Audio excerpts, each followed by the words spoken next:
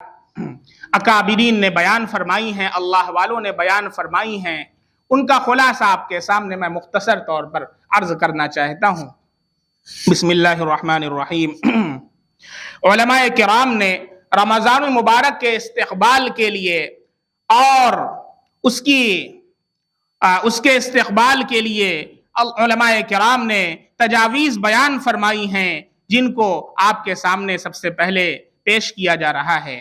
سب سے پہلی چیز جو ہے وہ فرائض اور واجبات کی ادائیگی اور توبہ اور استغفار۔ فرائض و واجبات کی ادائیگی اور توبہ و استغفار یہ ابھی سے ہمیں شروع کر دینا ہے۔ ابھی سے جب اس پر عمل کریں گے تو رمضان کے اندر آسانی ہوگی، ابھی سے عمل نہیں کریں گے رمضان کے اندر بھی ہم سے کوتاہی ہوگی۔ اور ابھی سے توبہ اور استغفار کا بھی خوب اہتمام کرنا ہے، تاکہ گناہوں کے بادل اور ظلمتیں چھٹ جائیں اور رمضان کا استقبال دل کی نورانیت کے ساتھ ہم کر سکیں۔ دوسری چیز جو ارشاد فرمائی ہے وہ رمضان المبارک کے مسائل سیکھنا اور سکھانا ابھی سے۔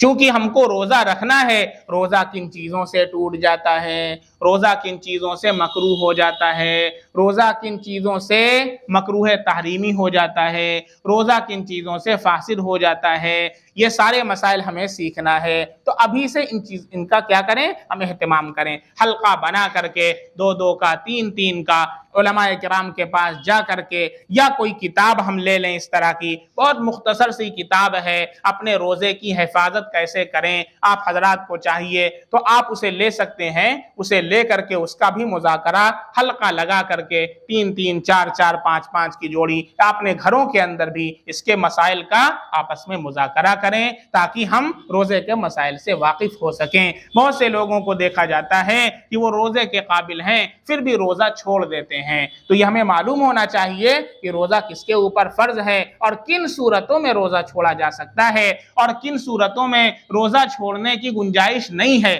یہ ہمیں علم ہونا چاہیے۔ اس کے لیے ہم کو روزے کے مسائل سیکھنا بھی ہے اور اپنے گھر والوں کو سکھانا بھی ہے۔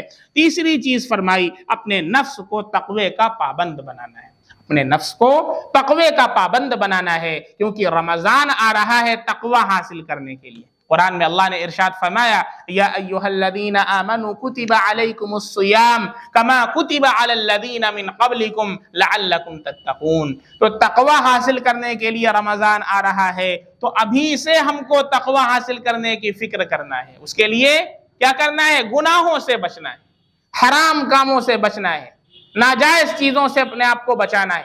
کیونکہ رمضان کے اندر، رمضان اور روزہ نام صرف بھوکا رہنے کا نہیں ہے، بلکہ رمضان کا جو روزہ ہے یہ آنکھ کا بھی ہے، کان کا بھی ہے، ہاتھ کا بھی ہے، ہر اعضاء اور جوارے کا روزہ ہے۔ اس کی پریکٹس ابھی سے ہمیں اسٹارٹ کر دینا ہے، تب جا کر کے ہمارا روزہ کامل اور مکمل ہوگا۔ چوتھی چیز فرمائی، صلہ رحمی میں جلدی کریں۔ صلہ رحمی میں جلدی کریں، ٹال مٹول نہ کریں کہ ارے چلو کل کر لیں گے، پرسوں کر دیں گے، ابھی خیر کی توفیق ہوئی ہے تو فوراً اس پر عمل کر لیں۔ بعض مرتبہ ایسا ہوتا ہے کہ شیطان پیچھے لگا ہوا بہکا دیتا ہے، ارے چلو کل کر لینا، پرسوں کر دینا، تو پھر بعد میں وہ خیال دل سے نکل جاتا ہے اور خیر کی جو توفیق ہے وہ ختم ہو جاتی ہے۔ اس لیے اس میں جلدی کرنا چاہیے۔ پانچویں چیز فرمائی، دل کو صاف کر لیں۔ اپنے دل کے اندر کسی کے تعلق سے بدگمانی ہے، حسد ہے، بغض ہے، کینہ ہے، بہت دل کے اندر کچرا بھرا ہوا ہے، ان سب کو کیا کر لیں؟ صاف کر لیں۔ اور کیسے صاف کریں گے؟ معاف کر دیں۔ کیسے صاف کریں گے؟ معاف کر دیں۔ اور جو ہمارے اوپر زیادتی کی ہے ہم تو معاف کر دیں، اور ہم نے کسی کے اوپر کیا ہے اس سے جا کر کے معافی مانگ لیں، تو ہمارا دل کیا ہو جائے گا؟ بالکل صاف ہو جائے گا، شیشے کی طرح، آئینے کی طرح صاف اور شفاف ہو جائے گا۔ چھٹی چیز ہے گزشتہ روزوں کی قضا۔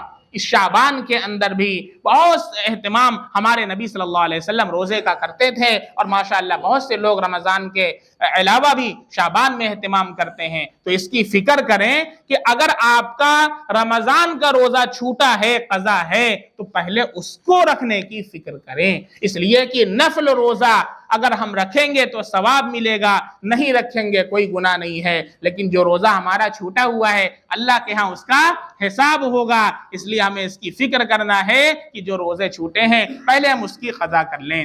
اسی طریقے سے ساتویں چیز، دعاؤں کا معمول بنا لیں۔ تھوڑی دیر اللہ کے سامنے ہمیں دعا کرنا ہے۔ کابرین کے ہاں اس کا طریقہ ہے، اللہ کے یہاں اللہ کے سامنے کم سے کم 10 منٹ کے لیے تو ہم اللہ کے سامنے مانگیں۔ یہ اللہ کو بہت پسند ہے مانگنا، اللہ کو بہت زیادہ پسند آتی ہے۔ قرآن میں اللہ فرماتے ہیں ادعونی استجب لکم، اے میرے بندو مجھ سے مانگو میں تمہاری دعا قبول کروں گا۔ اللہ کو بڑا پسند ہے مانگنا۔ بادشاہ کے پاس جب کوئی مانگنے والا آتا ہے تو بادشاہ بڑا خوش ہوتا ہے، لیکن اس کو بھی کہیں نہ کہیں ایسا ہوتا ہے کہ ایک بار 2 بار 3 بار دیا، پھر اس کے بعد سوچتا ہے کتنا مانگ رہا ہے۔ لیکن اللہ واحد ایسا بادشاہ ہے، جتنا مانگیے اتنا اللہ خوش ہوتا ہے، کبھی ناراض نہیں ہوتا۔ 100 بار مانگیے، 200 بار مانگیے، اللہ خوشی ہوتا چلا جاتا ہے۔ اس لیے کثرت سے اللہ سے دعاؤں کا اہتمام کرنا ہے، نمازوں کے بعد بھی اور نماز کے علاوہ بھی۔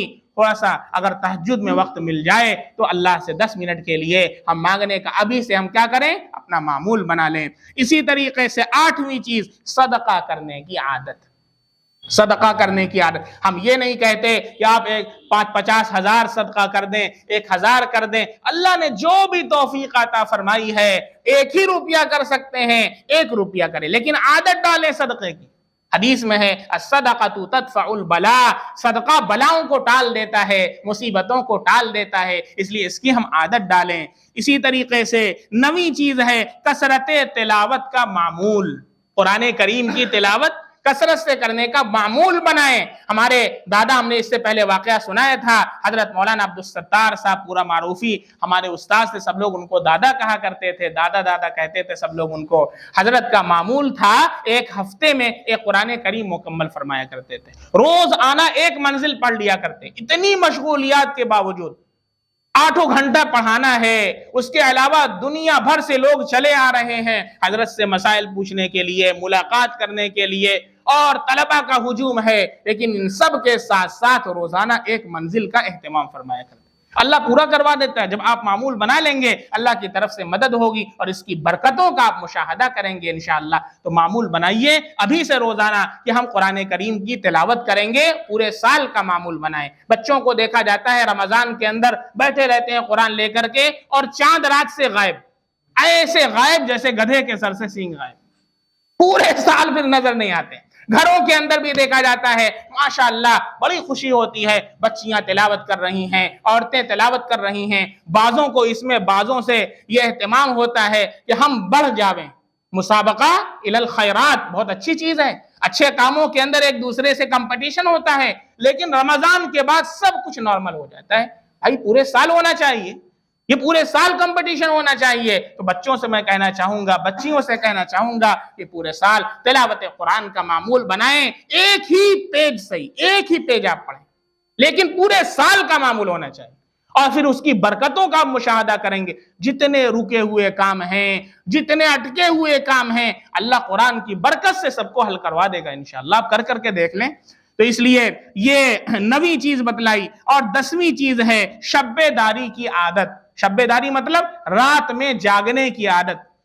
زیادہ نہیں کر سکتے ہیں تو کم سے کم یہ ہے کہ تھوڑی دیر عشاء کے بعد یا کھانے کے بعد تھوڑی دیر کے لیے وضو بنا کر کے سونے سے پہلے بیٹھ گئے اور اللہ کا ذکر کیا، توبہ استغفار کیا، 1 تسبیح استغفار کی پڑھ لیا، 1 تسبیح کلمہ طیبہ کی پڑھ لیا، 1 تسبیح درود شریف کی پڑھ لیا، نیند آئی سو گئے، اتنا تو کر لیں۔ اور ادھر تھوڑا سا پہلے اٹھ گئے، فجر سے تھوڑا سا پہلے اٹھ گئے، کوشش کریں کہ تہجد میں اٹھ جائیں۔ اب تو 5 بجے تک کا وقت ہے الحمدللہ، اگر ابھی سے ہم لوگ تہیہ کر لیں تو بہت آسان ہے الحمدللہ تہجد پڑھنا، تو پھر رمضان میں ہمارے لیے کیا ہو جائے گا، آسان ہو جائے گا اٹھنا۔ تو اس لیے اس کی عادت ابھی سے بنائیں۔ 11ویں چیز ہے انٹرنیٹ اور سوشل میڈیا سے احتراز۔ یہ موبائل میں نے پہلے بتایا سارا وقت ہمارا کھا جاتا ہے، اس لیے جتنا ضرورت ہے، جتنی ضرورت اتنا ہی استعمال کریں، اس کے علاوہ کو رکھتے ہیں اور اپنی تلاوت میں، اپنے ذکر و اذکار میں لگ جائیں۔ نہ ایسا نہ ہو کہ ہمارا سارا وقت اسی میں چلا جائے۔